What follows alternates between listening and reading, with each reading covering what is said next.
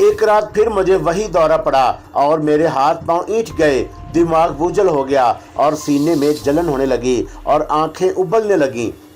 घर में सब सो रहे थे और मैं अपने बिस्तर पर मौत और रिसत की कश्मकश में पड़ा था और कोई मेरी मदद के लिए भी नहीं आया, क्योंकि मेरी चीख हलक में ही घुट कर रह गई थी और इस आलम में भी छत पर हस्बे साबक कुछ शबीयत सी दिखाई दी।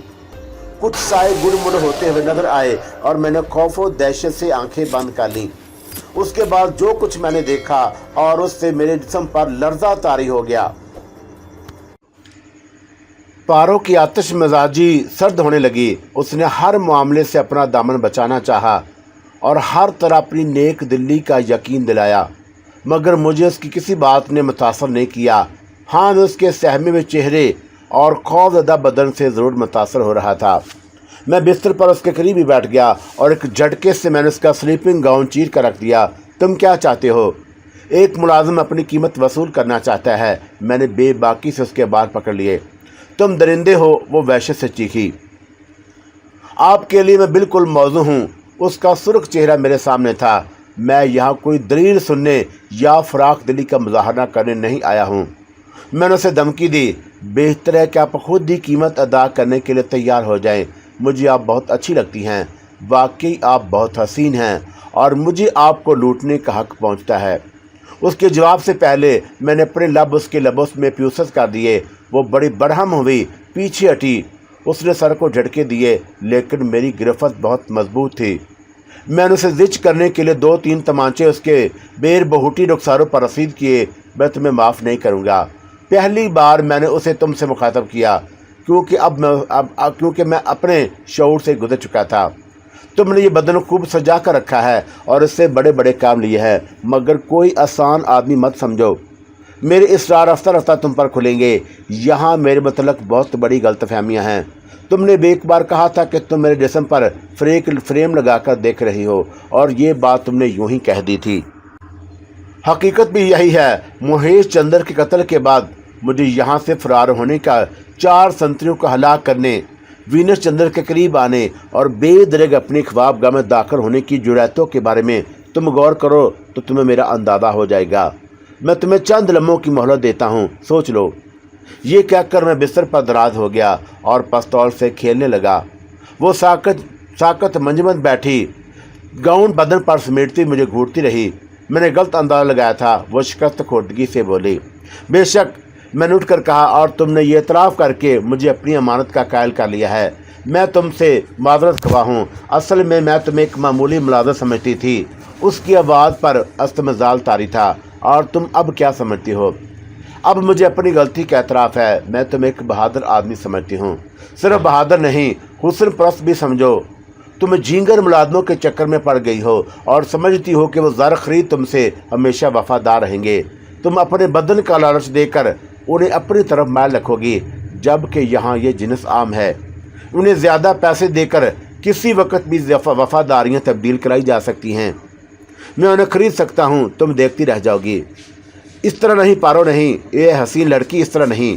उन्हें वो मोहब्बत दो जिसकी उन्हें ज़रूरत है। मुझे बताओ कि तुम्हारी उलझनें क्या हैं। और मैंने से छेड़ना बंद कर दिया और मौसर अंदाज में अपनी वकालत कर रहा था। तुम हमेशा सही फैसला नहीं करोगी जाने मन। तुम्हें एक मशीर की ज़रूरत भी है जो ज़रूरत से ज़्यादा ज़हीन हो। राज दरबार अंग्रेज़ों और दूसरे अमीर घरानों के मशीरों पर क्या तुम मुकम्मल एतमाद कर सकती हो?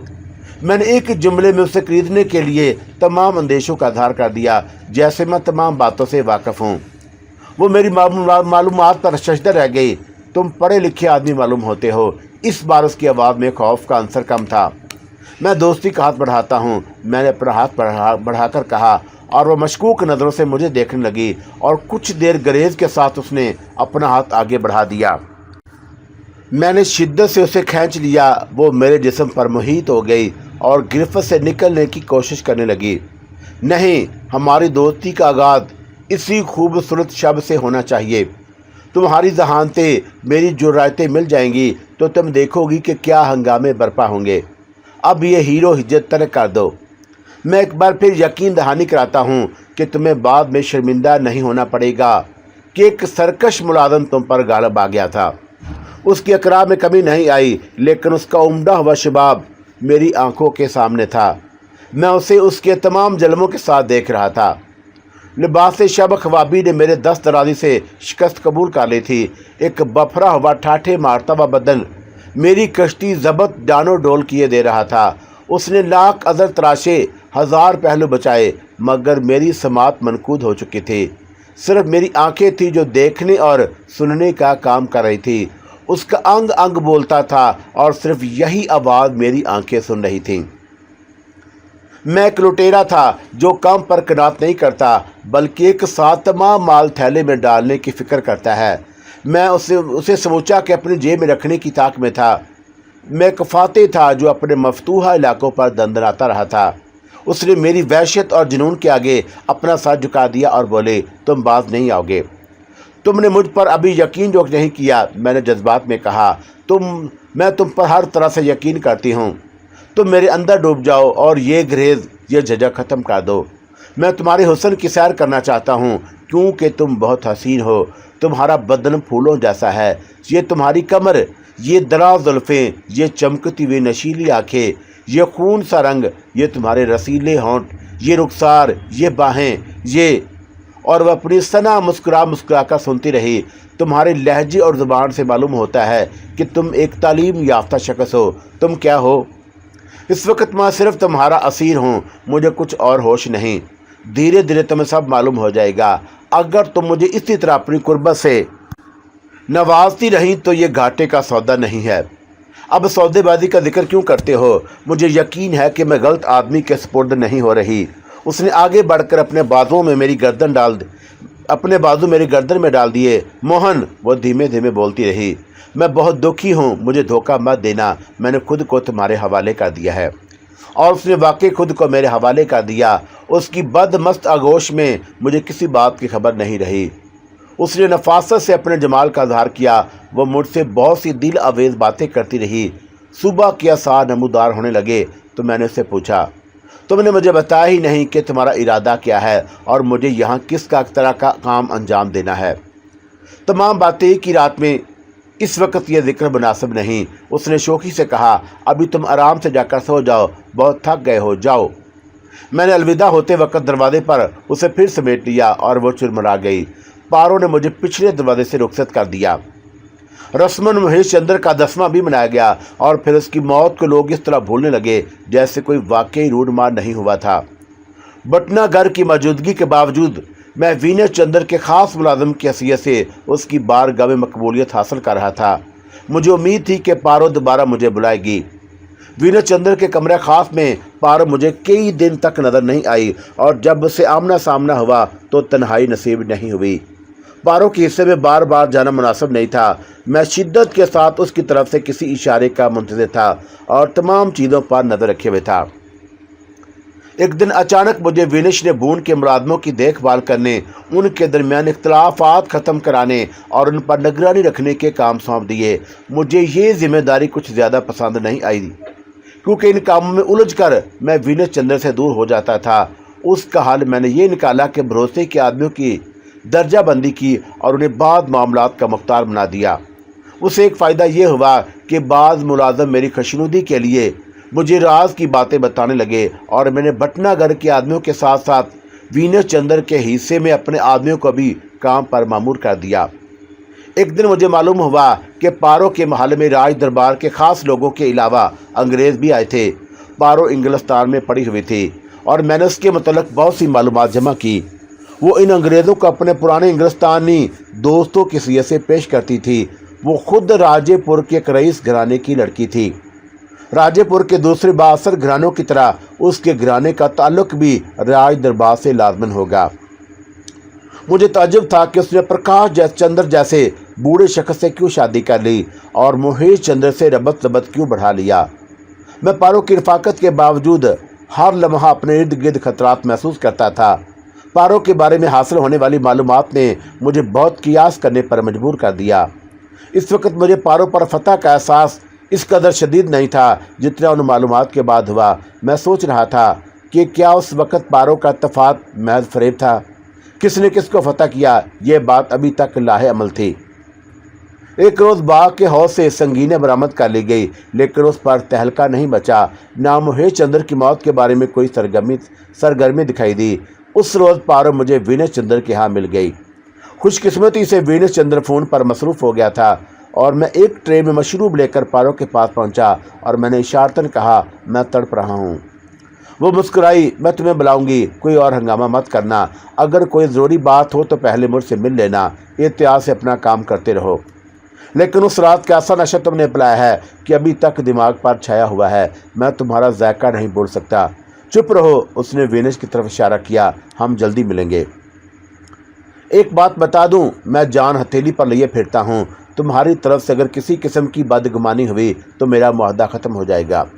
तुम फिर पागलपन की बातें करने लगे। वो झंझला कर बोली, और मैं खुद तुम्हारे लिए तड़प रही हूँ। अब ऐसी बातें आइंदा मत करना, बहुत बुरा लगता है।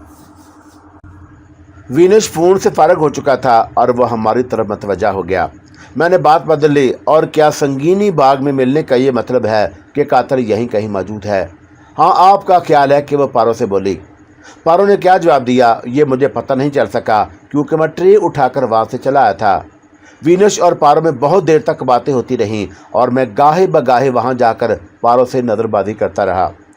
उसी शाम जब मैं शारदा और डाली के रस्मी खैर खबर लेकर वीनस चंद्र के कमरे में दाखिल हुआ तो मेरी निगाहों के सामने अंधेरा छा गया। वहाँ आबद शरादी बैठा हुआ था। उसके सामने कागजात फैले हुए थे और वह सर झुकाए वीनस चंद्र को कोई नुक्ता समझा रहा था। मैं फ़ौरन वापसी के इरादे से पलटा। मुझे वीनस चंद्र की आवाज़ सुनाई दी। मोहन, कलकत्ते से हमारे मेहमान शिरादी साहब आए हैं, उनका ख्याल रखना, ये हमारे मेहमान खाने में ठहरेंगे। मैं तमाम अदाब बलाए ताक रखकर ख्वाबगाह की सिमत देखने लगा।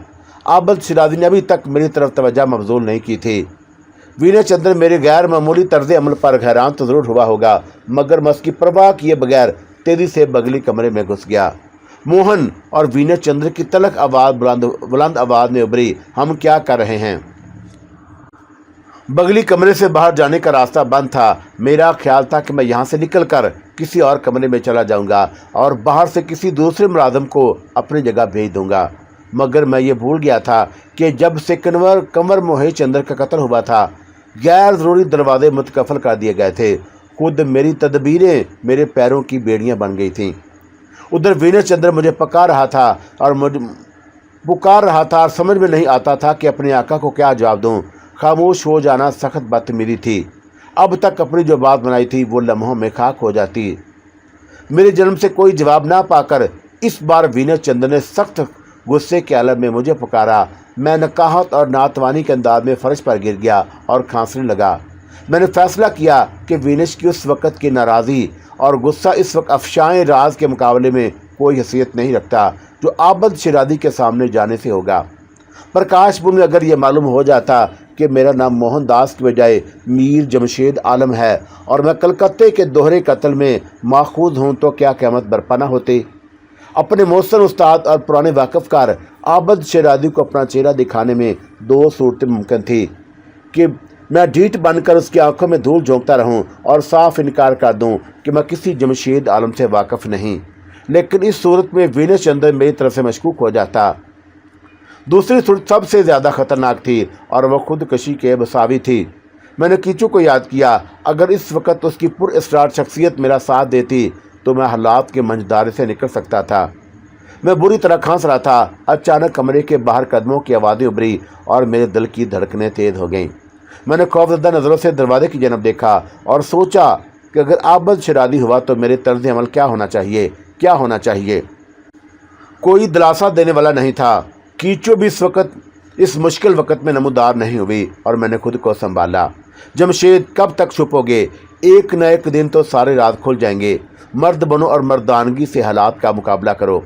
कदमों की आहट दरवाजे पर आकर थम गई। फिर एक झटके से दरवाज़ा खुला। मेरे सामने पील तन भटना घर खड़ा था और मैंने हाँफते हुए फर्श से उठकर उसे सलाम किया और खांसने लगा। मोहनदास, उसने करख्त लहजे में कहा, क्या बहरा हो गया है? राजकुमार कितनी आवाज़ें दे चुके हैं। मैं आ रहा हूँ भटनागर और मेरा जी ठीक नहीं है। अचानक कुछ तबीयत खराब हो गई है, तुम चलो। और मैंने बीमारों की आवाज़ में जवाब दिया। भटनागर और बिगड़ गया। पर मैं पूछता हूँ कि तो ये बात राजकुमार से नहीं कह सकता जी खराब है तो घर जाकर यहाँ क्यों छुपा हुआ है, चल बाहर निकल। भटनागर जी, पता नहीं एकदम क्या हो गया, मतली हो रही है। राजकुमार के सामने इस हालत में जाने की हिम्मत नहीं पड़ रही। जी तो तुम्हारा भी खराब हो सकता है। आदमी की मशीनरी किसी वक्त भी काम करना बंद कर सकती है। ऐसी बातें मत करो, भगवान की तरफ देखो। और मैंने नीम खुशामद नीम तलख लहजे में कहा। साले अपनी औकात से ज़्यादा बातें करता है, भटनागर ने फुनकार कर कहा। मुझे जवाब देते वक्त अपनी आवाज़ और नजरें नीची रखा कर, भटनागर को समझने की कोशिश किया कर। मैं आदमी को सुरमा बना देता हूँ, समझा। अब चल बाहर निकल। तुम चलो, मैं आया। और मैंने कमज़ोर आवाज़ में कहा, बीमार है तो अपने क्वार्टर में जा, ये वीनेश कुमार जी का महल है, कोई शिफा खाना नहीं। चल उठ। और भटनागर दिनों से ऐसे मौके की तलाश में था कि मुझ पर अपना रोब जमा सके। वीनेश चंद्र से मेरे खसूसी रब्बत व ज़ब्त भी उसे कतन पसंद नहीं था। दूसरे कमरे में वीनेश चंद्र और शेरादी मौजूद थे, इसलिए मैं खून का घूंट पीकर रह गया। बात बढ़ जाने की सूरत में हालात और ख़राब हो सकते थे। भटनागर ने हकारत से मेरा हाथ पकड़ लिया और मुझे घसीटने के अंदाज में जोर करने लगा। अब कोई चारा नहीं था। भटनागर की खूनख्वार नज़रें जुल्म पर तुली हुई थीं। मैंने हिम्मत करके कदम आगे बढ़ा दिए। उस वक्त मुझे ऐसा महसूस हुआ जैसे मैं फांसी के फंदे तक ले जाया जा रहा हूँ। चला तो आंखें तले अंधेरा छा गया। सर झुकाए दूसरे कमरे में आ गया तो वीनेश चंद्र गुस्से में भरा बैठा था। मोहन, उसने गर्ज कर कहा, हमने तुम्हें आवाज़ दी थी। मैंने बेमुश्किल सर उठाकर देखा। आबद शेरादी हैरान नज़रों से मुझे तक रहा था। मैंने खौफ से आंखें बंद कर लीं।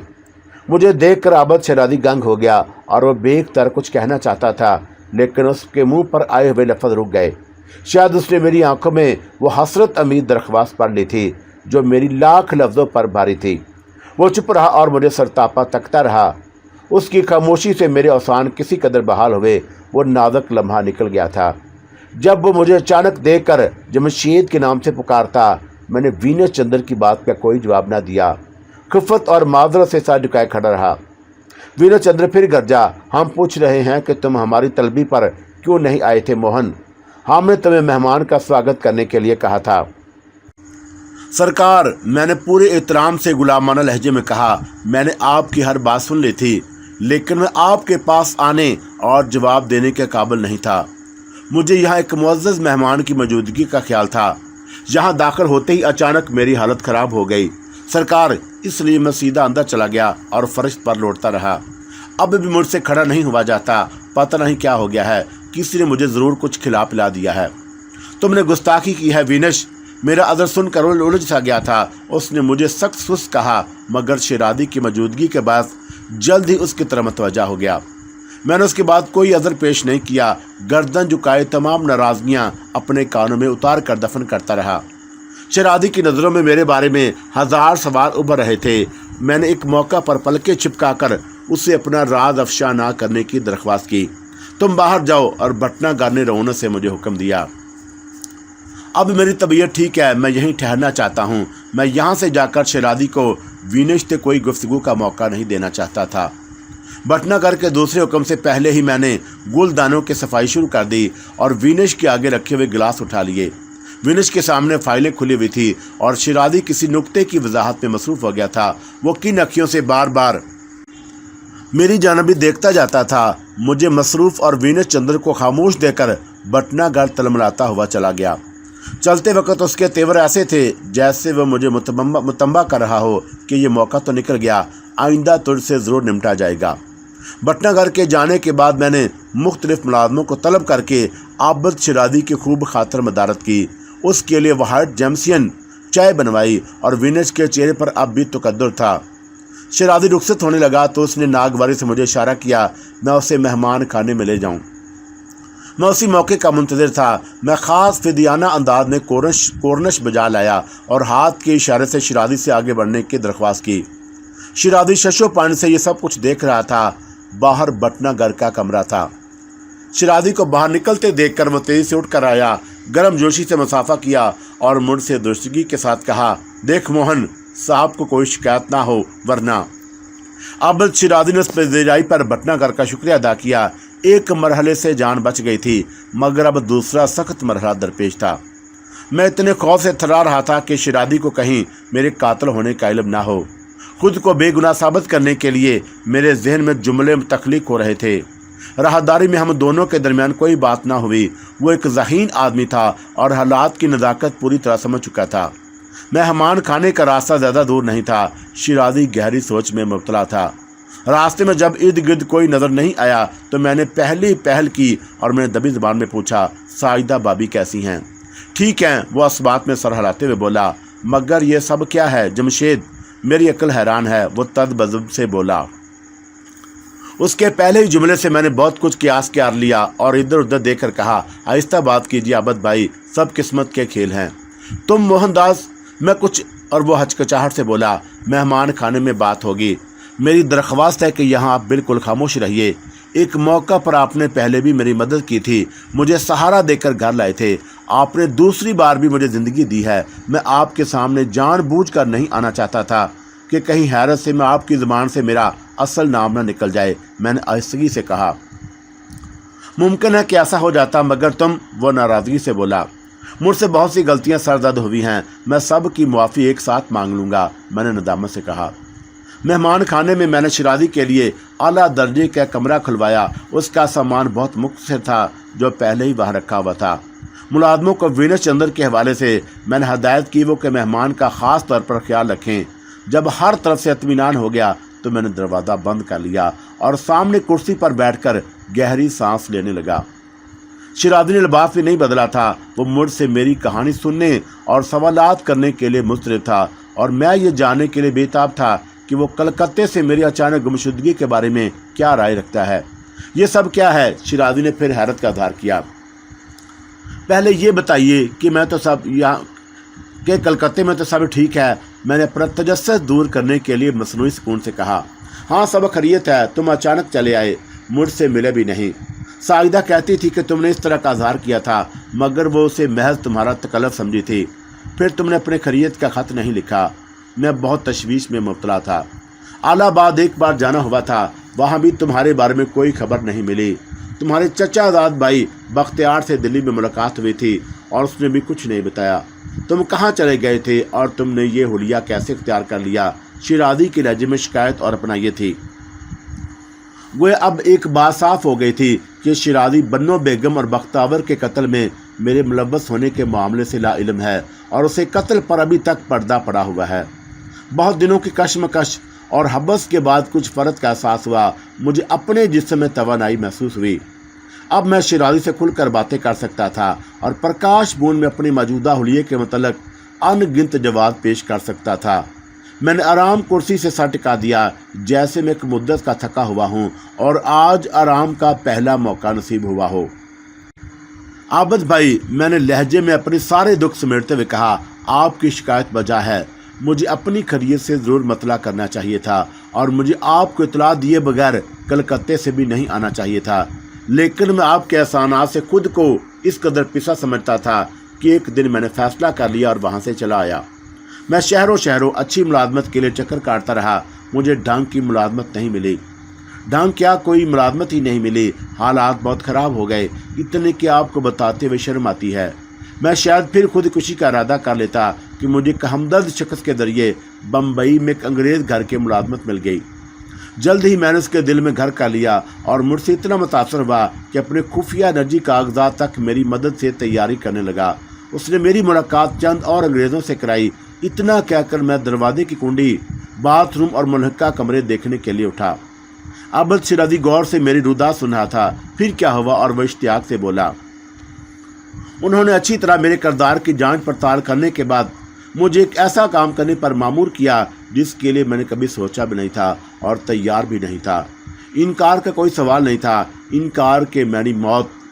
सो मैं यहाँ भेज दिया गया और पहले घरेलू मुलाजम के तौर पर भर्ती हुआ। फिर मेरा ओहदा बढ़ा दिया गया। अब वीनस चंद्र का ख़ास मुलाजम हूँ। उस काम में जितनी बर्दाश्त और हौसले की ज़रूरत पड़ती है वो मैं आपसे बयान नहीं कर सकता। क्या और मेरी समझ में कुछ नहीं आया, तुम यहाँ क्यों भेज दिया गया? आबद भाई, मैंने उदासी से कहा, किसी को मेरे बारे में कुछ नहीं मालूम। ये मुझे एक जाहल कोड़ मगज़ हिंदू नौजवान समझते हैं। मुझे यही हदायत दी गई है कि मैं उनकी सरगर्मियों पर नज़र रखता हूँ और उन्हें इत्तलात भेजता रहता हूँ। आप पर मैं खुद जैसा एतमाद रखता हूँ, इसलिए मैंने सब कुछ बता दिया। अब आप समझे कि तकदीर कहाँ से कहाँ ले आई मुझे। हैरत अंगेज और वो तज्जब से बोला, मगर अंग्रेज़ों को उस मुखबरी से फ़ायदा? हाँ, मैंने मुस्कुरा कर कहा, मैं भी यही समझता था, मगर राजेपुर की रियासत पर अंग्रेज़ों की नज़र है। प्रकाश चंद्र की हवेली किसी राजमहल से कम नहीं। राजेपुर के महाराजा से उसका गहरा ताल्लुक है। सुनना है कि अंग्रेज़ महेश चंद्र को राजेपुर का राजा बनाना चाहते हैं, मगर ये मुमकिन ना हो सका, उसका कत्ल हो गया। अंग्रेज़ ये जानना चाहते हैं कि उन्हें यहाँ अपने कदम जमाने के लिए किन घरानों को एतमाद में लेना होगा, कौन से अवामल उनके खिलाफ काम कर रहे हैं, कहाँ से महाराजा राजेपुर को अखलाकी और मावी सहारे मिलते हैं। ये एक लंबा चक्कर है और बहुत से घरानों में मेरी तरह अंग्रेज़ों के आदमी होंगे। यहाँ भी मेरे अलावा अंग्रेज़ों के दूसरे नमकवार मौजूद हैं जो एक दूसरे से नावाकिफ हैं। आपने देखा कि हैरत अंगेज तौर पर प्रकाश चंद्र का इंतकाल हो गया और फिर महेश चंद्र मारा गया, और अब शिराजी मेरी बातें सुनकर दंग रह गया। वो मुझसे तरह तरह के सवालात करता रह गया और मैं मुबहम अंदाज में उसे जवाबात देता रहा। मैंने उसे यहाँ अपने मोहनदास के तौर पर कय्याम की जन्म से हर पहलू से आसूदा करने की कोशिश की और जानबूझकर अपने पेशे के सिलसिले में कुछ बातें ना बता सकने का इजहार भी कर दिया। आबद शिराजी को इस दान शान से इतनी दिलचस्पी हो गई कि वो कुरीद कर पूछ रहा था, और मैं टालने खुफिया रखने के अंदाज में उसका तजस्सुस बढ़ाकर अपने मुतल्लिक़ उसे मज़ीद यकीन दिलाना चाहता था कि मेरी कोशिश कामयाब रही। मैंने उसे अपनी तनख्वाह 800 रुपये बताई। उसने मुझसे प्रकाश बूंद के अंदरूनी हालात जानना चाहे तो मैंने बेनियादी से बताया कि एक गोरख धंधा है, कठपुतली का तमाशा है। फिर वो मुझे ही बताने लगा कि ये बहुत मालदार लोग हैं, इनकी दौलत की कोई हद नहीं। उसने बहुत सिफारिशों और कोशिशों के बाद प्रकाश बूंद का खाता अपने कलकत्ते के बैंक में खुलवाया है, जहां उसका हेड ऑफिस है। उस अकाउंट ने बैंक की साख बढ़ाई है और आबद शिराजी की तरक्की की राहें भी खोल दी। जब वो ये कह रहा था तो मुझे ख्याल आया कि उसकी तरक्की की राहें खुलवाने में सबसे बड़ा हाथ उसकी खूबसूरत बीवी साजिदा का है, और मैंने उसे वादा किया कि मैं वीनस चंद्र के मज़ार में दखील होने की तगोदो में हूँ और फिर उसकी सारी दौलत उसी के बैंक में जमा होगी। लेकिन शिराजी ने एक रास्तबाज और मुखलस आदमी होने की हैसियत से मुझे मशवरा दिया कि मैं ये ख़तरनाक काम छोड़ दूँ और कलकत्ते आ जाऊँ, जहाँ वह मुझे कोई आला और महफूज मुलाजमत दिलवाने की कोशिश करेगा। उसने मुझे बहुत से अंदेशों से मुतंबा किया और कहा कि अंग्रेज़ों के काम आना बेगैरती की बात है। मैंने सोचा कि उसके मुंह पर कह दूं कि गैरत की यहाँ कौन खाता है। आबद शिराजी मुझे अपने पास से जाने नहीं दे चाहता था, लेकिन खासी देर हो गई थी और मैंने उससे दोबारा मिलने का वादा करके चला आया। मेहमान खाने से वापसी के वक़्त मुझे महसूस हो रहा था जैसे मैंने तवील बीमारी के बाद सेहत पाई है, जिसमें सरूर और मसाज की कैफियत थी। मुझे यकीन था कि शिराजी को जो कुछ मैंने बताया है उस पर उसने किसी शुबे के बगैर एतमाद कर लिया और किसी सूरत में मेरा राज किसी पर मुनकशिफ नहीं करेगा। उससे मुलाकात के बाद एक पहाड़ का सा बोझ सर से उतर गया। मुझे अपना दोस्त जॉर्ज शिद्दत से याद आया और बानो का हाल जानने के लिए दिल मचलने लगा। फिर मैंने तरंग में लंबे लंबे डंग भरता हुआ वीनस चंद्र के महल में पहुंच गया। बटनागार ने जो मेरी शदीद तौहीन की थी वो दिल में बैठ गई थी। सबसे पहले मुझे वीनस चंद्र को हमवार करना था, जो शिराजी की वजह से मुझ पर खुलकर नहीं बरसा था।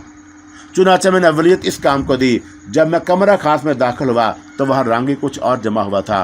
हीमा, शशि, प्रीत, शारदा और जगदीप किसी बात पर कहके लगा रहे थे। मुझे आता देखकर शारदा के चेहरे पर एक तय्यर रूनुमा हुआ। शायद जगदीप ने उसे महसूस कर लिया और वो अंग्रेजी में बोला, लीजिए वो छोटे राजकुमार आ गए। मुझे ये शख्स एकदम अहमक लगता है। प्रीत ने मुंह बनाकर कहा, कम वक्त हर जगह गुस्सा रहता है, मुझे एकदम पसंद नहीं। मुलाजमों को छोटे कद, काली रंगत और नक्शो निगार में बदहैबत होना चाहिए। ये शख्स मुलाजमों की लाजमी खसूसियात की ज़िद है। उस पर एक और कहका पड़ा। मैंने किन अखियों से देखा। शारदा भी खिफ़त से उसमें शरीक थी। हम उसे तरक्की देंगे और प्रीत की शिकायत दूर कर देंगे, फिर भी ये दो मुलाजम ही रहेगा। प्रीत ने कहा, फिर तुम और क्या चाहती हो? शारदा ने तीखे लहजे में कहा। प्रीत ने घूर कर शारदा की तरफ देखा और वो झींक कर बोली, मैं क्या चाहती? मैं रुक कर बोली और मैं उसे बाहर निकाल देती। बेचारा, हीमा ने हमदर्दी से कहा, देखो ये खूबसूरत गधा कैसे काम कर रहा है और मुझे तो इस पर तरस आता है। आओ यहाँ से चलें, वीनस को बहुत से काम होंगे। शारदा ने उठते हुए कहा, तुम भी चलो जगदीप, क्या ख्याल है? रिमी हो जाए। प्रीत ने पेशकश की। आइए साहब, जगदीश ने सर झुकाकर कहा, आप हार जाइएगा। बहरहाल ये भी देखेंगे। ये बताइए कि रकम है कुछ जेब में? आप बताइए आपके पले क्या है? हारना तो आपको है, जगदीप ने हंसकर कहा। उन्होंने वीनस को भी अपने साथ ले जाना चाहा, मगर उसने चंद जरूरी कामों का अज़र करके इनकार कर दिया। ये काफिला नो बहार रुखसत हुआ तो शारदा ने दरवाजे से पलट कर मुझे देखा। मैं मुस्कुरा दिया और मैंने वीनस चंद्र के सामने खुश्क मेवे की एक प्लेट लाकर रख दी। मेरा मकसद उसे मतवज्जा करना था। उसने सर उठाकर देखा और तंदर कहने लगा, मोहनदास, कहो तुम्हारी तबीयत अब कैसी है? मैं फर्श पर उसके कदमों के नज़दीक बैठ गया। आप मुझसे अभी तक नाराज़ हैं सरकार? मैंने लिहाजत से कहा, काश मैं आपका एतमाद हासिल कर सकता। क्या मतलब? हम तुम पर मुकम्मल एतमाद करते हैं और इसलिए तुम्हारा जवाब ना देने पर हमें गुस्सा आया था, विनश ने तलखी से कहा। आपकी नाराज़गी बजा है, लेकिन मैं तो एक एतमाद चाहता हूँ, मैंने दबी ज़बान में कहा। तुम कोई फ़लसफ़ियाना बात कर रहे हो, वो मेरा मज़का उड़ाते हुए बोला। मैं एक जाहल आदमी हूँ, मगर मुझे एक यकीनी बात आपकी तरफ से दरकार है। मैं चाहता हूँ कि आप मुझ पर अंधों की तरह एतमाद करें, मैंने संजीदगी से कहा। तुम बाद औक़ात ऊंची बातें कर जाते हो, शायद तुम हमें कुछ बताना चाहते हो, वीनस चंद्र तजस्सुस से बोला। मैं आपसे बहुत कुछ कहना चाहता हूँ, लेकिन छोटा मुंह बड़ी बात सोच कर खामोश हो जाता हूँ। बात ज़ुबान पर आते हुए रुक जाती है। नहीं नहीं, वो तेज़ी से बोला, अगर तुम हमें सच सच सब कुछ नहीं बताओगे तो इसका मतलब ये होगा कि तुम हमारे वफ़ादार मुलाज़म नहीं हो। जनाब, मैंने बेबाकी से कहा, यह इसी वक्त मुमकिन है जब मेरे और आपके दरमियान मुलाज़म और आका के रिश्ते के अलावा भी एक रिश्ता हो। वो कौन सा? क्या तुम हमारे सरपरस्त बनना चाहते हो? नहीं, मैं ये जुर्रात नहीं कर सकता, लेकिन मैं आपका बेहतरीन दोस्त बन सकता हूँ, और जो मुलाज़म दोस्त नहीं है, मैं नहीं समझता कि वो अच्छा मुलाज़म हो सकता है। उसने मेरी बातों में दिलचस्पी रहनी शुरू कर दी। तुम क्या चाहते हो? मैं आपके गिर्द एक जाल देख रहा हूँ, मैंने ड्रामाई अंदाज में कहा। कैसा जाल? वो हैरत से बोला। दुश्मनों का, और मुझे यहाँ आपके साथ मुखलस कोई नज़र नहीं आया। हालांकि कंवर जी को मरे हुए अभी दिन ही कितने गुजरे हैं, मगर राक्षसों ने अब आपकी तरफ बुरी नज़रों से देखना शुरू कर दिया है। बात कम करो मोहनदास, तुम ऐसी बातें पहले भी कर चुके हो, और उस वक्त तक करता रहूँगा, बार बार करता रहूँगा, जब तक मैं हर तरफ से मुतमईन नहीं हो जाऊँगा। आपको अच्छी लगे या बुरी, मैंने फैसला कर लिया है कि आप मेरी गर्दन काट दें, मगर मैं आपको दुश्मनों से ज़रूर बचाऊँगा। नाम बताओ, वीनस चंद्र ने इत्तराब से पूछा। अभी मैं नहीं कह सकता, लेकिन आप मोहतात रहने की प्रार्थना करता हूँ। उस मरहले पर आने के बाद ज़रूरी था कि मुझे कुछ नाम भी बताऊँ, और नाम मेरी जेब में वीनस की बहनें, सौतेली माएँ, बटनागर, वीनस के दोस्त और अंग्रेज़ जो प्रकाश भवन में आते थे, मगर सरूदस्त कोई नाम लेना मुनासिब नहीं था। मसलन मैंने कहा कि ये जो शिराजी साहब आए थे बहुत अच्छे आदमी लगते हैं, मगर इनसे भी मोहतात रहना ज़रूरी है। क्या कह रहे हो? और वह डपट कर बोला, सरकार, मैंने शारदा देवी को वचन दिया है कि हर हाल में आपका ख्याल रखूँगा। प्रकाश भवन में हर लम्हे साथ से जन्म लेती रहती हैं। मेरा धर्म है कि आपको हर बला से बचाऊं। मैं साफ साफ कह देता हूं कि अगर मेरे दिल में आपके लिए कोई मैल आए तो फ़ौरन मुझे निकाल बाहर कीजिएगा। तुम बकवास ज़्यादा करते हो। प्रकाश भवन की साजिशों से शिराजी का क्या तल्लुक़ हो सकता है? वो बिगड़ कर बोला। मैंने अपने मकसद में बड़ी हद तक कामयाबी हासिल कर ली थी। वीनस चंद्र के सामने किसी मुलाज़म का इस कदर बेतकल्फ़ी से गुफ्तगू करना एक बहुत बड़ी जुर्रत थी, लेकिन शिराजी से मिलकर मुझ में खुद ब खुद ये हौसला उद कर आया था, और मैंने ये ना वक़्त और अपनी बसात से बड़ी हुई बातें करने का पहले से तहिया कर लिया था। इसी तरह मामलात आगे बढ़ते बहुत गहरा तल्लुक़ हो सकता था। मैंने राज़दाराना अंदाज में कहा कि जहाँ आदमी से ज़्यादा धन की पूजा की जाती हो, वहाँ क्या नहीं हो सकता। आपके बैरी आपकी दौलत लूटना चाहते हैं। धन में बड़ी शक्ति है, शिराजी को भी वर्गलाया जा सकता है, उसकी भी कोई कीमत मुकर्रर होगी। क्या? उसने चौंकते हुए कहा। शिराजी को खरीदने की रकम खुर्द बुर्द करने की साजिश की जा रही है। जब यहाँ कत्ल हो सकता है तो और क्या नहीं हो सकता। मैंने अपने अल्फाज पर जोर देते हुए कहा, और मुझे इसीलिए मोहतात रहने की प्रार्थना करता हूँ। मगर तुमने कुछ देखा है? ऐसी कोई बात? वीनस ने तशवीश से पूछा। अब सब कुछ मुझ पर छोड़ दीजिए सरकार, अभी चेहरे शिनाख्त कराने का वक्त नहीं आया, और एक एक आदमी को सामने कर दूंगा। हमें बताओ कौन कौन हमारा दुश्मन है? मैं तो दोस्तों के चेहरे गिन सकता हूँ, मैंने उदासी से कहा। मुझे कुछ मोहलत दीजिए, भगवान के लिए भी कुछ न पूछिए, और मैं कुछ बता नहीं पाऊँगा। क्या तुम्हें किसी से डर है? यहाँ हर शख्स को एक दूसरे से डरना चाहिए। उसके चेहरे पर तशवीश के आसार देकर मुझे बेहद मुसरत हुई। उसके नाम बताने की जिद की तो मैंने उसके कदम पकड़ लिए और फिर वह मुझसे मशवरा लेने के अंदाज में बोला, हम अपना अकाउंट किसी और बैंक में ट्रांसफ़र करा लेते हैं, अभी इसकी ज़रूरत नहीं है। मैंने संजीदगा लहजे में जवाब दिया, शिराजी साहब पर कबल अज़ वक़्त शुबा करना मुनासिब नहीं।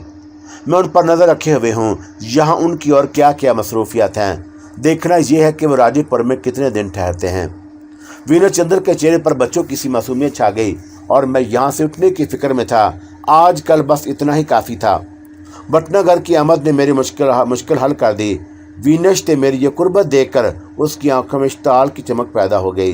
मैं उस पर गलत अंदाज में निगाह डालता हुआ बाहर आ गया। रात को मेरे सामने मेरा ही खाता फैला हुआ था। मैंने वाजिबात और असासों का हिसाब लगाया तो मुझे अंदाज़ा हुआ कि अभी ज़िंदगी का कितना बड़ा सफ़र तय करना है। ज़िंदगी का कोई भरोसा नहीं और प्रकाश बूंद में यूं भी आदमी हर वक्त दाव पर लगा रहता है। अपने तमाम तर कर्जे उसी वक्त ज़िंदगी में उतार दिए जाएं तो रूह की कोई शिकायत नहीं। अभी आगाज़ था और मुझे बहुत से काम अंजाम देना थे। डाली, शारदा और बानो मेरे असासे थे और वहाँ जारज भी था। ये एक ऐसा मुनाफा था जिससे मसरत हासिल करने के लिए मौजूदा कारोबार समेटना लाजमी था और मेरी ज़िंदगी का कारोबार इतना उलझ गया था कि सीने ना सिमटता था। शिराजी से मुलाकात के बाद आसार कुछ इस किस्म के नज़र आने लगे थे कि बाकी दिन इतने मुश्किल से नहीं गुजरेंगे। शारदा मेरे साथ फरार होने के लिए तैयार थी। डाली ने भी कुछ रकम जोड़ रखी थी। मैं उन्हें हिंदुस्तान के दूर दराज इलाकों में ले जाकर छुप सकता था, मगर क्या मैं शक्तला, प्रेत, प्रकाश बूंद और रानियों से मुतल्लिक़ बात करूँगा?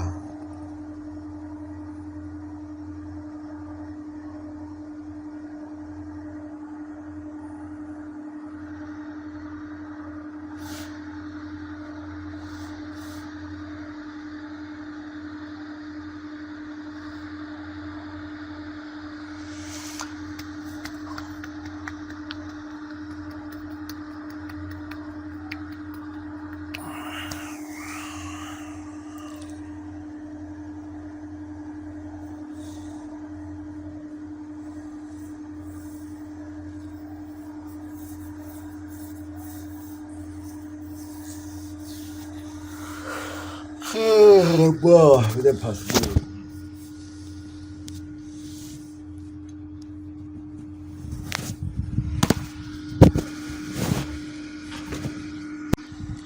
शारदा मेरे साथ फरार होने के लिए तैयार थी।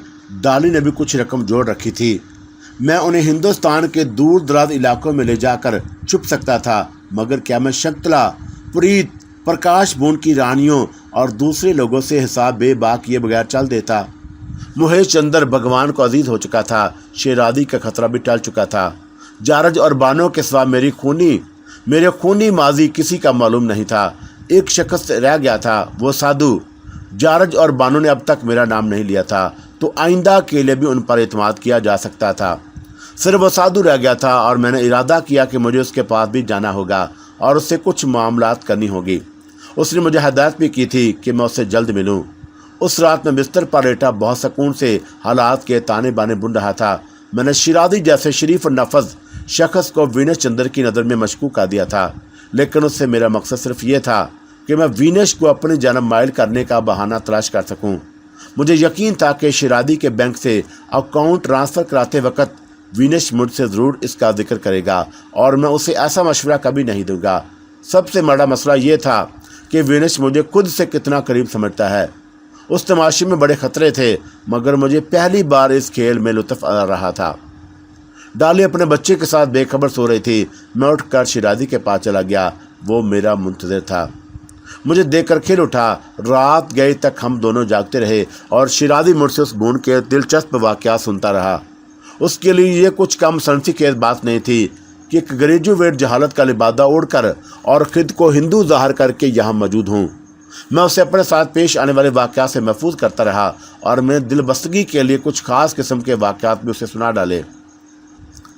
शिराजी के जाने से पहले मैंने साजदा के लिए बाज़ार से एक बेशकीमत साड़ी खरीदी और शिराजी के हवाले करके ताकीद कर दी कि वो उससे मेरा जिक्र कतई ना करे। शिराजी दूसरे दिन शाम को चला गया। वीनस चंद्र ने मेरी इमा पर हर कागज अच्छी तरह जांच पड़ताल करने के बाद दस्तखत किए थे। वीनस ने शिरादी के सामने अपने शक का इजहार नहीं किया। मैंने बाद के दिनों में बाकायदा एक स्कीम के तहत वो असल चेहरे तलाश करने शुरू किए जो प्रकाश बूंद के दुश्मन थे, और इन असबाबो अलाल का सुराग लगाना चाहा जो यहाँ साजिशों का पेश खैमा थे। जैसे जैसे मुझे इसकी गुत्थी से के सिरे मिलते गए, मेरी तशवीश बढ़ती गई। मुहे चंद्र के 40वें तक फिजा रस्मी तौर पर सोगवार से रही, यानी मुजरे बंद हो गए और मुझे शिकार का प्रोग्राम मुअत्तल हुआ महसूस हुआ। तकरीबात नहीं मनाई गई थी, बाहर आना जाना कम रहा। जैसे ही 40वां ख़त्म हुआ, रौनकें वापस आने लगीं। भड़कीले लिबास जिस्मों पर सजने लगे और लबों पर शोखियाँ तैरने लगी। दावतों का मौसम शुरू हुआ चाहता था। रंगीनियों के दर खुले और वीनस चंद्र के महल में 2 शेजाओं ने आना शुरू कर दिया। जगदीप का क़याम तकरीबन यही रहने लगा था और ये पता चलाना मुश्किल था कि वो वीनस चंद्र की कौन सी बहन से सबसे ज़्यादा मुतासर है। वो सुबह सवेरे आ जाता, कभी कभी रात को भी वापस ना जाता।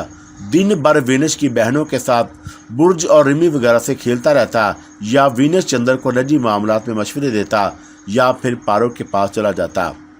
मैं हर पहलू से उसका मुताला भी कर रहा था। ये मेरी खामोशी और हक़ाइक़ जमा करने का अरसा था। बहुत थोड़े दिनों में, मेरा ख्याल है 1 हफ्ते में, मैं बहुत सी मालूमात से माला माल हो गया। मैं शारदा के पास जाकर वालहाना उनस का इजहार करता रहा और शंकरा के जब मैं वीनस की ज़बानी अपनी तारीफ सुनता और दूसरों का रद्द अमल देखता तो मुझे बड़े अजीब तासरात का मुशाहदा करना पड़ता। मैंने अपनी दानिस्त में हसीन व जमील पारों से बड़े मजबूत तल्लुकात अस्तवार कर लिए, लेकिन रब्ता ख़ास के बावजूद पारों ने मुझे किसी दिन दोबारा तलब नहीं किया था, और ना ही मैं ख्वाहिश और तलब के बावजूद उसकी तरफ जा सका था। मुझे ऐसी खबरें मिलती थी कि पारों ने रात के वक्त अपनी हिफाजत के लिए ख़ास किस्म के इंतजामात कर रखे हैं। उसका काम मुझे देख कर मुस्कुराना, मेरे जुमले सुनना और अपने अदाओं से मुझे मज़ीद दीवाना बनाना रह गया था। पारो के तर्ज अमल से साफ ज़ाहिर था कि वह मुझसे मज़ीद मोहतात हो गई है और उसने अपना साजिशी वतीरा तर्क नहीं किया, और मैं उसके खिदमत के बावजूद अभी तक उसके एतमाद का आदमी नहीं बना था। जितना मैं वीनस के करीब होता जा रहा था, बटनाकार मुझसे अपनी नफरत बढ़ा रहा था और बाज़ औकात शरीर किस्म के जुमले कह देता, डांटता, फुंकारता, तौहीन करता, दिल आज़ारी करता, नाकाबिल बर्दाश्त बातें करता। मैंने कई बार उसकी आंखों में आंखें डालकर उसे धमकी दी थी कि वह अपनी ज़ुबान काबू में रखे। उसने मौका बेमौका मुझे टोकना अपनी आदत बना लिया था। 40 में से कोई 30वें दिन की बात है। रात का वक्त था।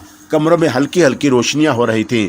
मैं हस्बे मामूल वीनस चंद्र की ख्वाबगाह में मुलाजमों की कारकर्दगी का जायजा ले रहा था। तमाम मुलाजिम अपने काम से फारग होकर बाहर चले गए थे। वीनस चंद्र के रक्स सुरूर में गर्क होने का वक्त था। प्रकाश बूंद के वसी और ईद कमरे रक्स में मेरे अंदाजे के मुताबिक इस वक्त खूब हंगामा बर्पा होगा। मैं ख्वाबगाह पर एक ताराना नज़र डालता हुआ पलंग पर चादर के शिकने दुरुस्त कर रहा था कि बटनागर मुझे पुकारता हुआ अंदर आ गया। मैंने 2-3 आवाज़ें सुनी, अनसुनी कर दी, फिर दुरुस्तगी से कहा, क्या है, मैं यहाँ मौजूद हूँ। यहाँ तनहा क्या कर रहा है हरामजादे? बटनागर ने जैसे मुझे खंजर मार दिया। बटनागर जी, अचानक मुझे शदीद गुस्सा आ गया। ज़ुबान संभाल लो, हर शख्स अपनी एक इज़्ज़त रखता है। हम अपनी इज़्ज़त गंवाने और गालियाँ सुनने यहाँ नहीं आए हैं। आइंदा तुम्हारे मुंह से गाली निकली तो अच्छा ना होगा। वो मेरे करीब आ गया था। तू क्या करेगा मेरा? वो सीना फैलाकर बोला, और मैंने अपने आप पर काबू पाने की कोशिश की। बहुत बुरा गर होगा बटनागर जी। तेरी माँ की, तेरी और उसके मुंह से गालियों का परनाला जारी हो गया। मेरी आंखों में खून उतर आया और उसने मेरी मरहूम माँ और बहन को गाली दी थी। मैं बेगैरत कैसी जलील मुखामत कर रहा था। अब बात मेरे बात से बाहर हो गई थी। ज़िंदगी में शायद कभी उस तरह मेरे जिस्म में खुलबली नहीं मची। ग्याज़ो गज़ब में मेरा रुआ रुआ खड़ा हो गया, हाथ कांपने लगे और मुंह से कफ जारी हो गया। बटनागर, मेरी फटी हुई आवाज़ निकली, कुत्ते, नीच, तूने मुझे क्या समझा है? वीनस चंद्र के बिस्तर के करीब साइड टेबल पर रखा हुआ संगे मरमर कलम मेरे हाथ आ गया और मैंने उसे पूरी कुव्वत से उसके सर पर दे मारा। उसका सर फट गया। वो 2 हिकल बदहैबत सूर का बच्चा मुझे मारने के लिए बढ़ा, लेकिन वह मेरे जुनून का कहाँ मुकाबला कर सकता था। मैं एक पागल और अंधा शख्स था और मैंने उसके जबड़े पर एक मुक्का मारा और वो लड़खड़ा कर गिरा। मैंने उसे संभलने का मौका नहीं दिया, पे दर पे उस पर शदीद ज़रबे लगाता रहा। मेरी ठोकरें जगह जगह से उसकी खाल उधेड़ दी। वो कई बार उठा, लेकिन मैंने उसके उठने से पहले ही अपने हाथों और पैरों से मार मार कर फर्श पर तड़पने के लिए मजबूर कर दिया। फिर मैंने उसका गिरेबान पकड़ लिया और वह हवास भागता हो गया।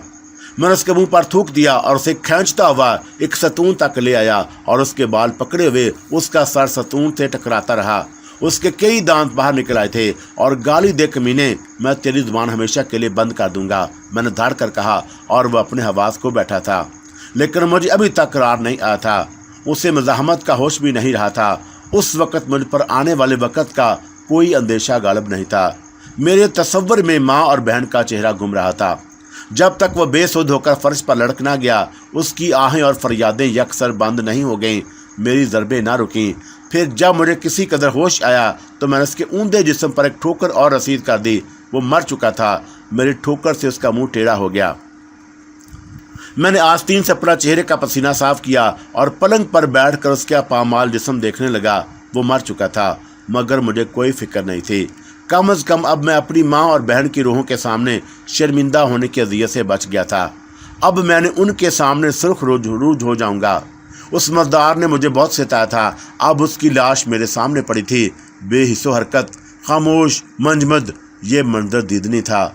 मेरी आंखें देर तक उस नसारे के नशे में खोई रहना चाहती थीं, मगर किसी ने मेरे अंदर से मुझे टोका, जमशेद मियाँ, तुमसे एक और खून हो गया है, भाग जाओ, भाग जाओ, अभी मौका है। और ये वही बुज़दिल और बेगैरत शख्स था जिसका नाम भी इत्तेफाक से जमशेद था। उसके टोकरे से मैं चौंक गया और अभी भी ज़िंदगी मिल सकती है। मैं पिछले दरवाजे से निकल जाऊं। किसी ने मुझे देखा नहीं है, मुमकिन है कि मैं बच जाऊं।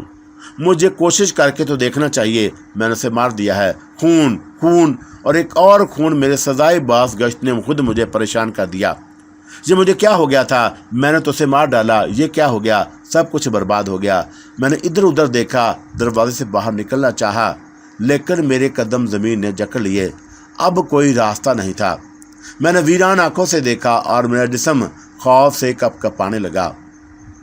चंदा दरवाजे की आड़ में पर्दे के पीछे खड़ा था और मुझे हैरत से देख रहा था। मैं हाँफने लगा और मैंने शिकस्त खुदा अंदाज में कहा, वीना चंद्र जी, मैंने इसे मार दिया है। वीना चंद्र की आंखें फटी हुई थी। वो चंद सानी तक मेरा सरतापा जायदा लेता रहा, लेकिन मैंने उस पर डाल ही दी थी। अब मुझे कोई गम नहीं। कमवर्ष महेश चंद्र के अदब का न इस वाक़े की संगीनी का ख्याल था। मैंने अपनी सज़ा खुद सुना दी थी और इसलिए मेरी टांगें ज़मीन पर मजबूती से जमने लगीं। वीना चंद्र जी, मैंने उसे मार दिया है। उसने मेरी गारत को ललकारा था, मेरी माँ और बहन को गाली दी थी। उसने ये नहीं जाना था कि मैं कौन हूँ। ये मुझे जानवर समझता था। मेरे लहजे में बेबाकी नफ़रत और तलखी थी। मैंने सब कुछ देख और सुन लिया है मोहनदास। वीना चंद्र की आवाज़ पर मुझे यकीन नहीं आया। आप यहीं थे और मैंने किसी तअज्जुब का इज़हार नहीं किया। तो फिर आपने सुना होगा किस जलील शख्स ने क्या कहा था। मैंने सब कुछ सुना था। तुम एक बहादुर आदमी हो मोहनदास। मुझे हैरत है कि तुमने इस मरखने बैल पर काबू कैसे पा लिया। मुझे ऐसा महसूस हुआ जैसे मैं ख्वाब देख रहा हूँ। वीना चंद्र के खिलाफ तवक्का बहुत मुतमिन और संजीदा नज़र आ रहा था। आप मैंने वजाहत तलब नज़रों से उसे देखा। मैंने कत्ल कर दिया सरकार। मैं जानता हूँ और उस कत्ल का आईनी शाहिद भी हूँ। देर मत करो मोहनदास, बड़े दरवाजे की चटखनी चढ़ा दो ताकि कोई अंदर ना आ सके। मैं बहुत खड़ा और ये यकीन करने की कोशिश करता रहा कि वीना चंद्र जो कुछ कह रहा है क्या वो सही है। मेरे दिमाग में फतूर तो नहीं हो गया, मगर वीनश ने सख्ती से मुझे दोबारा वही हुक्म दिया। मैं कमामूल की तरह बड़े दरवाजे पर गया और चटखनी चढ़ा के अंदर आ गया।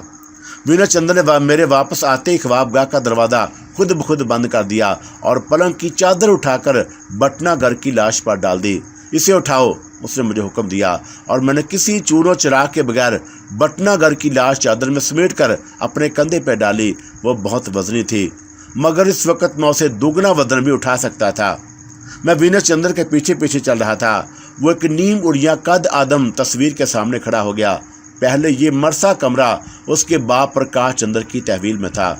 यहाँ चारों तरफ बड़ी बड़ी शाहकार तस्वीरें आवीज़ा थी। वीनश ने मुझे लाश गट्टी ज़मीन पर रखने का इशारा किया और मेरी मदद से उसने वो बड़ी तस्वीर खिसकाई। उसके पीछे एक बड़ी आहनी तिजोरी थी। तिजोरी खोलकर वीनिश ने अंदर कुछ कार्रवाई की जिससे मैं नहीं देख सका। फिर तिजोरी से अलहदा होकर उसने बराबर की दूसरी तस्वीर मेरी मदद से उतारी। तस्वीर हटने के बाद वहां एक मुनकश दीवार नजर आई। वीनिश ने दीवार के दाईं तरफ जोर लगाना शुरू कर दिया। मेरी समझ में कुछ बात आने लगी।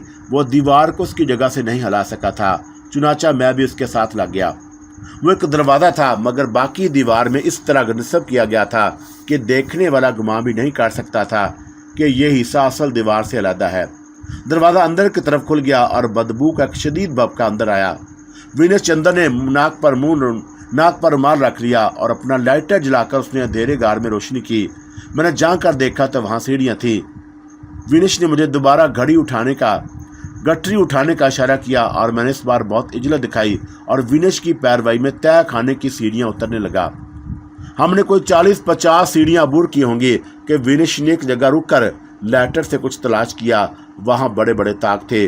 उसके नीचे ऊपर टटोल के एक बड़ा ताक दीवार के पीछे की तरफ धकेलना चाहा। वहां उसे नाकामी हुई तो उसने दूसरा ताक देखा। दूसरे ताक के बाद तीसरा और तीसरे के बाद चौथा और फिर चंद सीढ़ियां और नीचे उतर गया। मैं अपनी जगह खड़ा रहा। वैसे तो मेरा बुरा हाल था। उसने वहीं खड़े खड़े अचानक मुझे धीरे से पुकारा, मोहन इधर आओ। मैं गठरी कांधे पर रखकर इतनी तेजी से नीचे उतरा के गिरते गिरते बचा। एहतियात से उसने सरगोशी की। उसके करीब पहुंचकर मैंने देखा वो एक सिमत खड़े होकर एक बड़े ताक का ढक्कन ऊपर की तरफ उठाए हुए था और मैंने उसकी हदायत पर गठरी सर पर रखकर ताक के अंदर धकेल दी और पूरे जोर के साथ उसे पीछे से धकेलने लगा। दफतन एक गूंज सुनाई दी जैसे लाश किसी गहरे कुएं में गिर गई हो। वीनिश ने ताक का ढक्कन का फौरन खींच लिया और तेज कदमों से ऊपर की तरफ जाने लगा। मैंने भी पीछे मुड़कर देखा। नीचे की तरफ सीढ़ियों का एक लंबा सिलसिला था। हम तो दरमियान में ही रुक गए थे। मुझे उस हौलनाक जगह के मुकम्मल जायजे का मौका नहीं मिल सका। वीनिश फुर्ती के साथ ऊपर जा रहा था और मैं भी उसके ताकब में लपका। हम दोनों हाँप रहे थे। उसने ऊपर पहुंचकर अपने हाथ से मुझे सहारा देकर ख्वाबगाह में खींच लिया और दरवाजा पहले की तरह बंद कर दिया। फिर हमने तस्वीर उस जगह पर लटका दी और वीनिश ने तिजोरी में हाथ डालकर दीवार गालबन मुतकफल कर दी। तिजोरी के ऊपर भी तस्वीर लगा दी गई और रोशनी में हमने अपने चेहरे और लिबास को देखा और गिर्द आलूद हो चुके थे। मैंने जल्दी से फर्श पर खून के धब्बे मिटाने की कोशिश की। विनिश बाथरूम में घुस गया। मेरे कपड़े नहायत गंदे और खून के छींटों से दागदार हो गए थे। विनिश ने बेइज्जत तमाम गुसल खाने से आकर ड्रेसिंग रूम में कपड़े पहने और मुझे अपना ढीला कुर्ता और पाजामा देकर कहा, खवगाबगाह से मुल्हिक गुसल खाने में जाकर मैं जल्द अज जल्द लिबास तब्दील कर लूँ। मैं झिझकता उसी के गुसल खाने में चला गया और जल्दी बहुत मुख्तसर पानी अपने जिस्म पर डालकर उसके तौलिए से जिस्म खुश्क करके और उसका लिबास पहनकर बाहर आ गया। मैंने अपने कपड़ों का पैकेट बनाकर ड्रेसिंग रूम की अलमारी के पीछे फेंक दिया और ताज़ा दम होकर ड्राइंग रूम में आ गया। यहाँ हल्की हल्की नीली रोशनी में वीनिश चंदर सोफे में धंसा छत की तरफ घूर रहा था और सिगरेट का धुआं उड़ा रहा था। सामने मेज पर मार्टिनी की बोतल रखी हुई थी और इस वक्त एक बिल्कुल बदला हुआ आदमी नजर आ रहा था। वो गुमसुम सा उसके नज़दीक बैठ गया और वो कुछ सोच रहा था। फिर उसने मेरे चेहरे पर नजरें जमा दी। मैं कोशिश के बावजूद उसे आंखें चार नहीं कर सका। कुछ कहने के लिए मेरे होंठ लर्जे, मगर मैं कुछ न कह सका। चंद मिनट तक अजियतनाक खामोशी तारी रही। फिर उसने पहल की, मोहनदास, हमें गैरतमंद और जज्बाती आदमी पसंद हैं। मेरी ज़ुबान पर फलज गिर गया और मुझसे कोई जवाब नहीं दिया गया। हम तुम पर मुकम्मल इत्मीनान है। आज से पहले हमने तुम्हें कभी इतने करीब से नहीं देखा था। हमें पहली बार तुम्हारी कदर कीमत का अंदाज़ा हुआ है। उसके लहजे में कोई बनावट नहीं थी। मुझसे बर्दाश्त नहीं हुआ सरकार, मैं आपसे शर्मिंदा हूँ। आपने अपने सलूक से मुझे गुलाम बना लिया है। किसी भी आका ने आज तक अपने गुलाम के लिए ऐसा न किया होगा जो आज आपने मेरे लिए किया। मेरे समझ में नहीं आता कि मैं आपका यह एहसान किस तरह उतार सकूंगा। मेरे लबो लब पहली बार खुले और बेरब्ती से ना जाने मैंने क्या क्या कह डाला। मोहनदास, तुम हमारे गुलाम नहीं दोस्त हो और मैं तुम्हारा आका नहीं दोस्त हूँ। इस मौका पर हर शख्स यही करता, हर वो शख्स जिसमें इज्जत और नफरत होती है। बटनागर को हमने कभी पसंद नहीं किया, लेकिन बाद लोगों को हमने सिर्फ चेहरे पहचानने के लिए खुद से करीब किया है। हमें मालूम है कि हमारे बड़े भाई को भून के लोगों, हमारे नमक खवारों ने ही मारा है, मगर हम किस किस का गिरबान पकड़ें, किस किस को सजा दें। तुम सच कहते हो कि यहाँ हर शख्स को एक दूसरे से डरना चाहिए। उसकी अपराध के लहजे से मेरी हिम्मत बंधी। आप फिक्र न करें सरकार, मैं अपना काम कर रहा हूँ, आप खुद को तनहा ना समझें। अभी कुछ लोग इस मूड में ऐसे मौजूद हैं जो आपसे मोहब्बत करते हैं। भटनागर आपका दुश्मन था, मुझे कहने दीजिए कि उसका ताल्लुक उन लोगों से था जो आपके दुश्मन हैं। हम जानते हैं, वो इत्मीनान से बोला। तुम हमारी जगह होते तो तुम्हें महसूस होता कि इतनी दौलत और इज्जत के बावजूद हमारे हाथ बंधे हुए हैं। मुमकिन है कि कुछ बातें हमें मालूम ना हों और कुछ चेहरे हम अभी तक पढ़ ना सके हों, लेकिन हमें उनके सामने उसी तरह का इजहार करना है जिस तरह वो हमसे करते हैं। शायद हम भूल गए थे कि अभी अभी यहाँ एक शख्स कत्ल हो गया है। विनेश चंद्र के चेहरे पर किसी किस्म की परेशानी नहीं थी, मगर वो बहुत उदास था और आज पहली बार मेरे सामने उसकी असल शख्सियत खुलकर आई थी। वो बेहद ज़हीन, मोहतात और आकबत अंदेश शख्स मालूम हो रहा था। आपकी बात दुरुस्त है, लेकिन आप कब तक ये सब बर्दाश्त करते रहेंगे? आपने जल्द ही रुकावटें खड़ी ना की तो आगे ना जाने उनकी हिम्मतें कितनी बढ़ जाएंगी। कुछ जारहाना फैसले आपको बहरहाल करना पड़ेंगे। क्या तुम जानते हो कि यह सब क्यों होता है? शायद तुम्हारी समझ में पूरी बात ना आती हो और तुमने खुद को हमारी जगह रखकर ना सोचा हो। मैं अगर आपकी जगह खुद को रखकर नहीं सोचूंगा तो कभी आपका दुख ना समझ सकूंगा। मैं अपने बारे में चंद बातें आपको बताऊं। अब आपसे यूं भी कोई पर्दा नहीं रह गया। आप मेरे मोहसिन हैं, आपने मुझे नई जिंदगी दी है। हालांकि मैंने खुद अपना फैसला कर लिया था, मैं पूरी तरह तैयार था। अब आपने जो ये जिंदगी दी है ये आप ही की है विनेश चंद्र बाबू। मैंने इस पर उसका नाम लिया और मैं इतना गौदी और कोड मगज नहीं जितना नजर आता हूँ। किस्मत का खेल है साहब, यहाँ भटनागर को जलील करने का मौका मिल गया। मैं सब समझता और जानता हूँ, मुझे मालूम है कि ये सब क्या हो रहा है। मैंने जुरैत से कहा। तुम किस हद तक जानते हो? वह सर्द मोहरी से बोला। मैं इस रियासत के पूरे चक्कर से वाकिफ हूँ। महाराजा की मजबूरी भी मुझे मालूम है और वो औलाद से महरूम हैं। उनके बाद राजगद्दी पर राजेपुर के 2 ही खानदानों का इक़्तिदार होगा और सबसे पहले आपके खानदान को तरजीह दी जाएगी, क्योंकि महाराजा अमरनाथ से आपके खानदान का रिश्ता ज़्यादा करीबी है। दूसरे नंबर पर जल्द कुलदीप का खानदान आता है और मुझे ये भी मालूम है कि अंग्रेज़ महाराजा अमरनाथ को पसंद नहीं करते, क्योंकि वो अंग्रेज़ों को नापसंद करते हैं। उस जरखेज और दौलतमंद रियासत के खजाने पर अंग्रेज़ों का दांत है। उसके सूरजपोशी पिता प्रकाश चंद्र ने अंग्रेज़ों का आलाकार बनने से इनकार कर दिया था। अंग्रेज़ों ने आपके भाई कंवर मोहित चंद्र को अपने दाम में फंसाना चाहा। कंवर उस पर आमादा हो गए, लेकिन जब ये बात आपके खानदान के दुश्मनों तक पहुंची तो उन्होंने उन्हें भी रास्ते से हटा दिया। या फिर यह हुआ होगा कि अंग्रेज़ों ने बाद में कंवर मोहित चंद्र को अपने मतलब का आदमी नहीं समझा होगा। उसके बाद आप आए हैं। आप राजमहल तक पहुंच सकते हैं, लेकिन वहां तक पहुंचते पहुंचते आपको एक बड़ी आजमाइश से गुजरना होगा। आपको अपने अतराफ की साजिशें दबाना होंगी और अपना रास्ता बनाते हुए बहुत एहतियात से आगे बढ़ना होगा। वो मेरी बातें गौर से सुन रहा था। मेरी खामोशी पर चौंक पड़ा। तुम्हें ये बातें कहाँ से मालूम हुई? जो आपसे मुखरस हो उसे ये बातें मालूम होनी ही चाहिए। ऐसी सूरत में तुम्हारा क्या मशवरा होगा? तुम बहादुर होने के अलावा ज़हीन भी मालूम होते हो। आपने मुझे दोस्त कहा है, एक दोस्त भी यही मशवरा देगा कि आप इनका तमाशा ना बने, खुद उन्हें तमाशा बनाएं। शराब और औरतें आदमी को असल रास्ते से भड़का देती हैं। मैंने देखा है कि आप उनमें बाद औक़ात बहुत संजीदा हो जाते हैं। उनसे ज़रूर लुत्फ़ लीजिए, मगर खुद को उनके सुपुर्द ना कीजिए। आपको हर वक्त बाहोश और बाखबर रहने की ज़रूरत है। कोई भी ऐसा लम्हा आ गया जहां आप ज़रा से गाफिल हुए तो वो आपके लिए बदतरीन लम्हा बन सकता है। हम तब्दीलियाँ पूछना चाहते हैं, उसने बेपरवाही से कहा। एक तब्दीली हो तो कहूँ, यहाँ तो एक इनकलाब की ज़रूरत है। आप सबसे पहले तो अपना सेक्रेटरी अपने एतबार के आदमी को मुंतखब कीजिए। यहाँ छोटे मुलाजमों में एक आम बेचैनी पाई जाती है। उन्हें तहफ़्फ़ुज़ का यकीन दिलाइए और रफ्ता रफ्ता उन्हें अपनी राह से हटा दीजिए। जो बगल में छुरी दबाए आपके सामने आते हैं। ये एक मुश्किल काम है, लेकिन उस मुश्किल से निमटना ही मर्दानगी है। काश तुम एक पढ़े लिखे आदमी होते, वो तासफ से बोला। मैं उसकी कमी महसूस नहीं होने दूंगा। फिर आप सेक्रेटरी का ओहदा ज़रूर मुझे सौंपते, लेकिन मैं आपसे दरख्वास्त करता कि उसे किसी और के सुपुर्द कर दीजिए। मैं किसी ओहदे पर ना रहकर भी हर ओहदे पर रह सकता हूँ। मेरी जान की परवाह किए बगैर आप मुझे सख्ती का हुक्म दीजिए, फिर देखिए कि मैं क्या करता हूँ। लेकिन हब्स और अदम एतमाद की फ़िज़ा में मैं कोई काम नहीं कर सकता। हम तुम्हें अपना नायब मुकर्रर करते हैं। ये मेरे लिए बहुत बड़ा एजाज़ है। मैंने नियाज़मंदी से कहा, मैं अपनी बेहतरीन सलाहियतें सिर्फ कर दूंगा, लेकिन मेरी दरख्वास्त है कि आप दूसरों के सामने मुझे खुद से बेतदरीज करीब करें। ये नहीं कि कल सुबह मुझ पर आपकी बढ़ती हुई मेहरबानियाँ देख कर लोग दंग रह जाएं। ओह नहीं, उसके लबों पर हंसी खेलने लगी। हम खुद को इस वक्त कुछ मुतमिन सा महसूस कर रहे हैं। शायद बटनागर की मौत ने हमें खुश किया है। वो जिन लोगों का कारिंदा था, जब उन्हें उसके फरार होने की खबर मिलेगी तो खूब बुखला जाएंगे। उनकी समझ में आ जाएगा कि हम इतने बेहोश नहीं हैं और इस बार ये मामला इतना आसान नहीं है।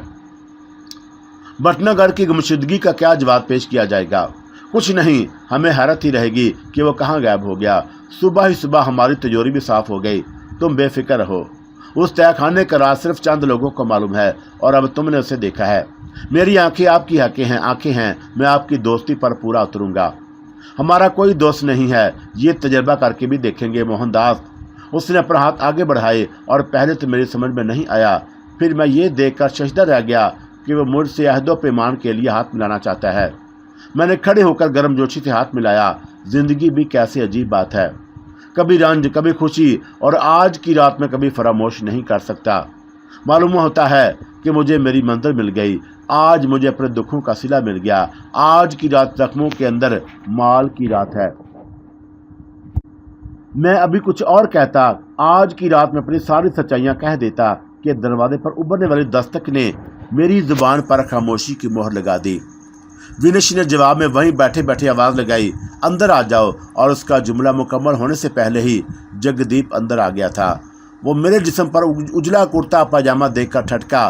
फिर विनिश ने अंग्रेजी में कहने लगा, कमाल है भाई, आप इस अहमक के पास बैठे हैं, उधर परियां आपकी मुंतज़िर हैं। कैसा गुलाब पाया है जालिम ने, रंग जमा हुआ है, देखोगे तो तड़प जाओगे।